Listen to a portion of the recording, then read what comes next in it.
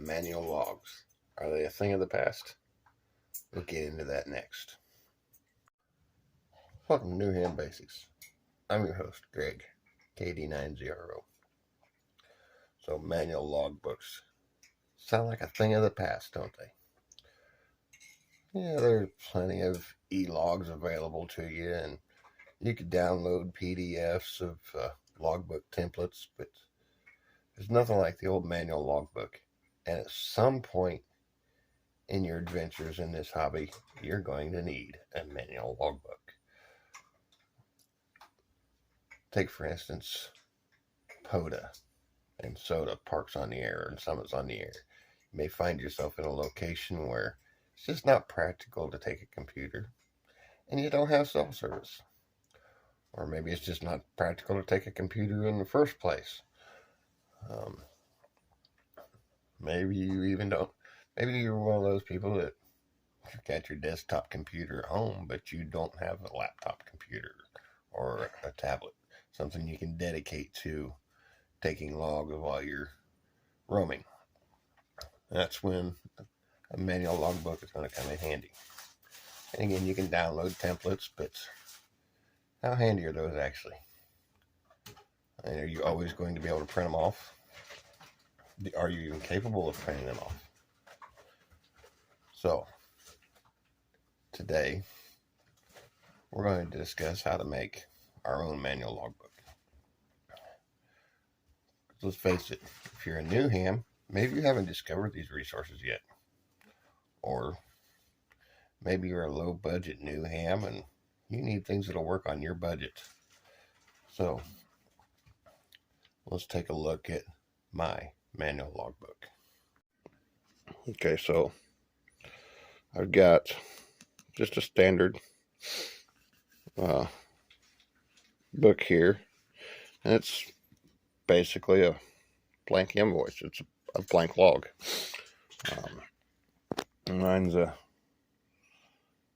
4-column pad with 50 sheets, standard size, and it's already got your binder holes punched. So when you're done with this book, if you like, you can put it in any standard binder. Mine just happens to be by Norcom. I picked it up at Walmart for I think $6, and let's work on how we can turn this into a logbook.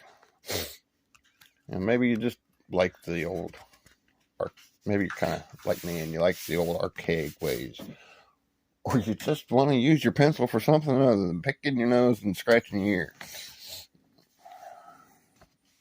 So, got several things that are kind of standard in your e-logs and logbooks. But before we get into the standard things, let's see what we can do up here. I've got one already made up that we're going to use as a sample later. But all logs, e-logs or whatever, are going to want your station ID.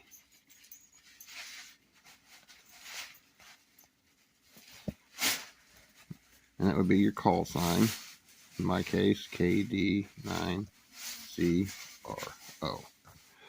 Some may even ask for your name. And this isn't necessarily your legal name. But it'd be the name you'd be known on the radio as. Of course, my name is Greg, but due to a possible confusion factor within my local club on the radio, I go by my middle name, which is Scott. Okay. Now, one thing you might want to put on is, what am I keeping this log for? So let's put activity on the next line. If I could spell. And we'll just call this a general QSO. And you can put POTA, SOTA, maybe you're a net controller and this is your net control log. You would put that right there. Your QTH. because a lot of people are going to ask. Of course, you know that, but a lot of people are going to ask, and it may ask on some of your e-logs. I'm in Indiana. Use that phone ringing.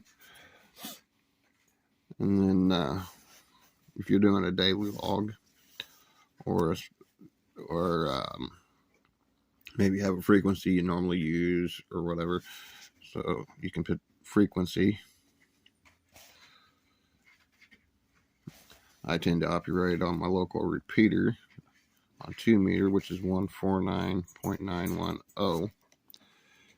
And then you've got all the information that you're going to put on every single log. It's right here at the top. Let's take this first small section here and let's put the date. Okay.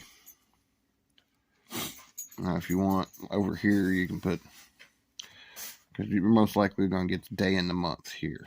So maybe you can put 2024 right there, just so when you're looking at those logs, you know what year it was and what day you did that log on.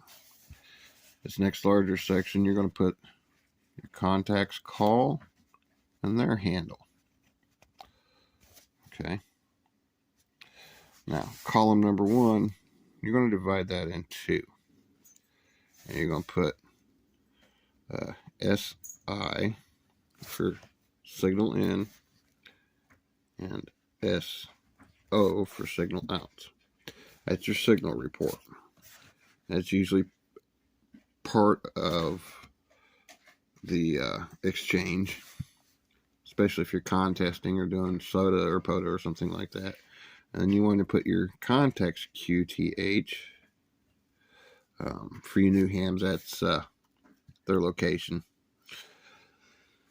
And then column 3, you're also going to divide that in 2. And you're going to put time in and time out. That's going to be the time you began the contact and the time that contact ended. And over here in the last column, you're just going to put mode. Now, the reason you're not putting that up here is because the mode may change with each contact. This information is not going to change. This is all your variable information here. Constant information, variable information. Your mode may change. You may contact one person you may contact this contact on CW and this contact on phone in FM, or this contact in SSB, USB, LSB, stuff like that. Maybe you're running digital for this contact, and you contact this one on CW, you're running a digital mode here, and then you're running a phone mode here. So that's a variable information.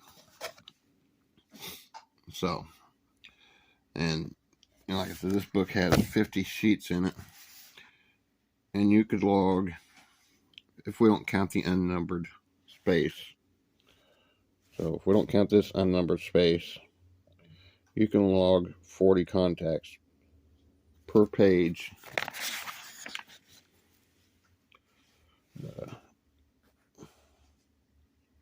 80 contacts per sheet. So you can get 400 contacts in this book here. Now let's go to this demo and show you how to actually use this. And we'll pick on one of my recent contacts. Not really pick on, but we'll use one of my recent contacts as an example. As soon as I get things out of my way so I can pay attention to what I'm doing here. Okay, so on 5/3, so on the 3rd, I spoke with W9LME, and he told me his name was Mike. Okay, we gave each other a 5-9 for a signal report.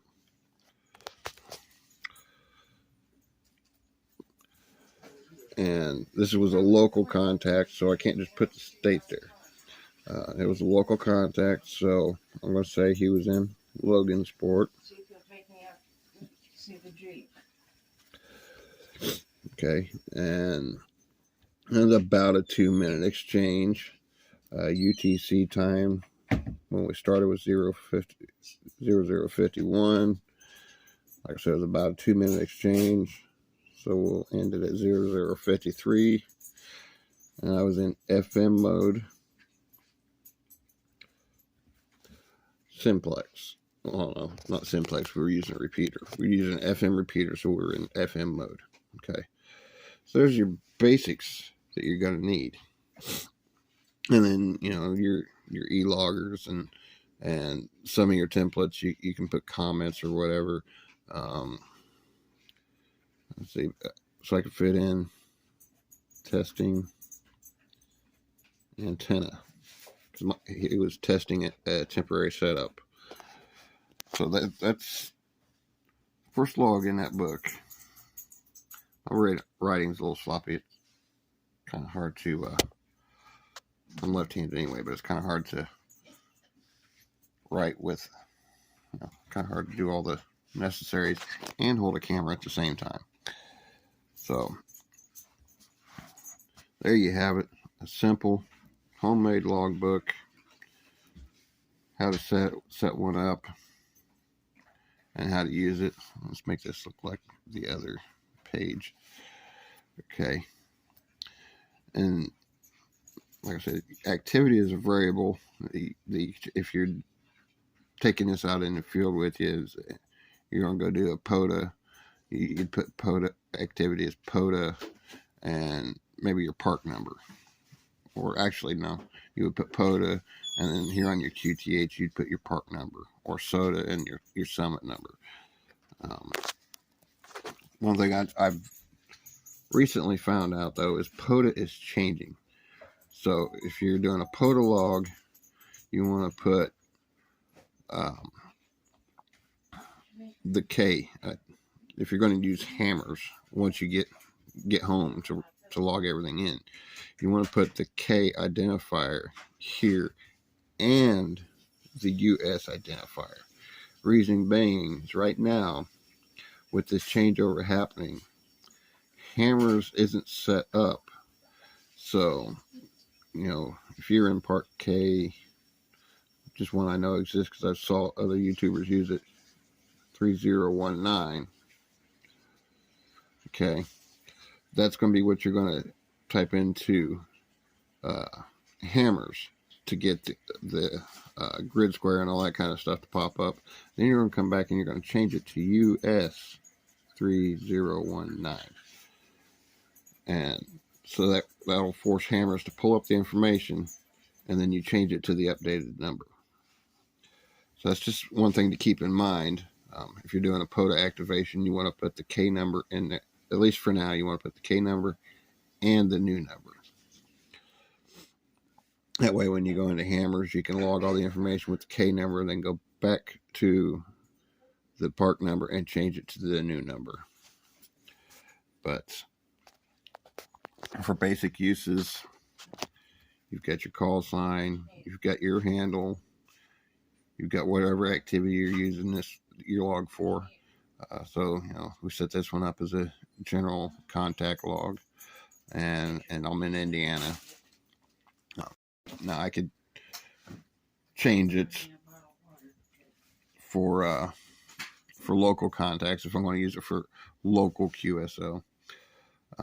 The frequency you're operating on, if you have a standard frequency you operate on, like I said, I use local repeater. Might throw the year in there just for general purposes.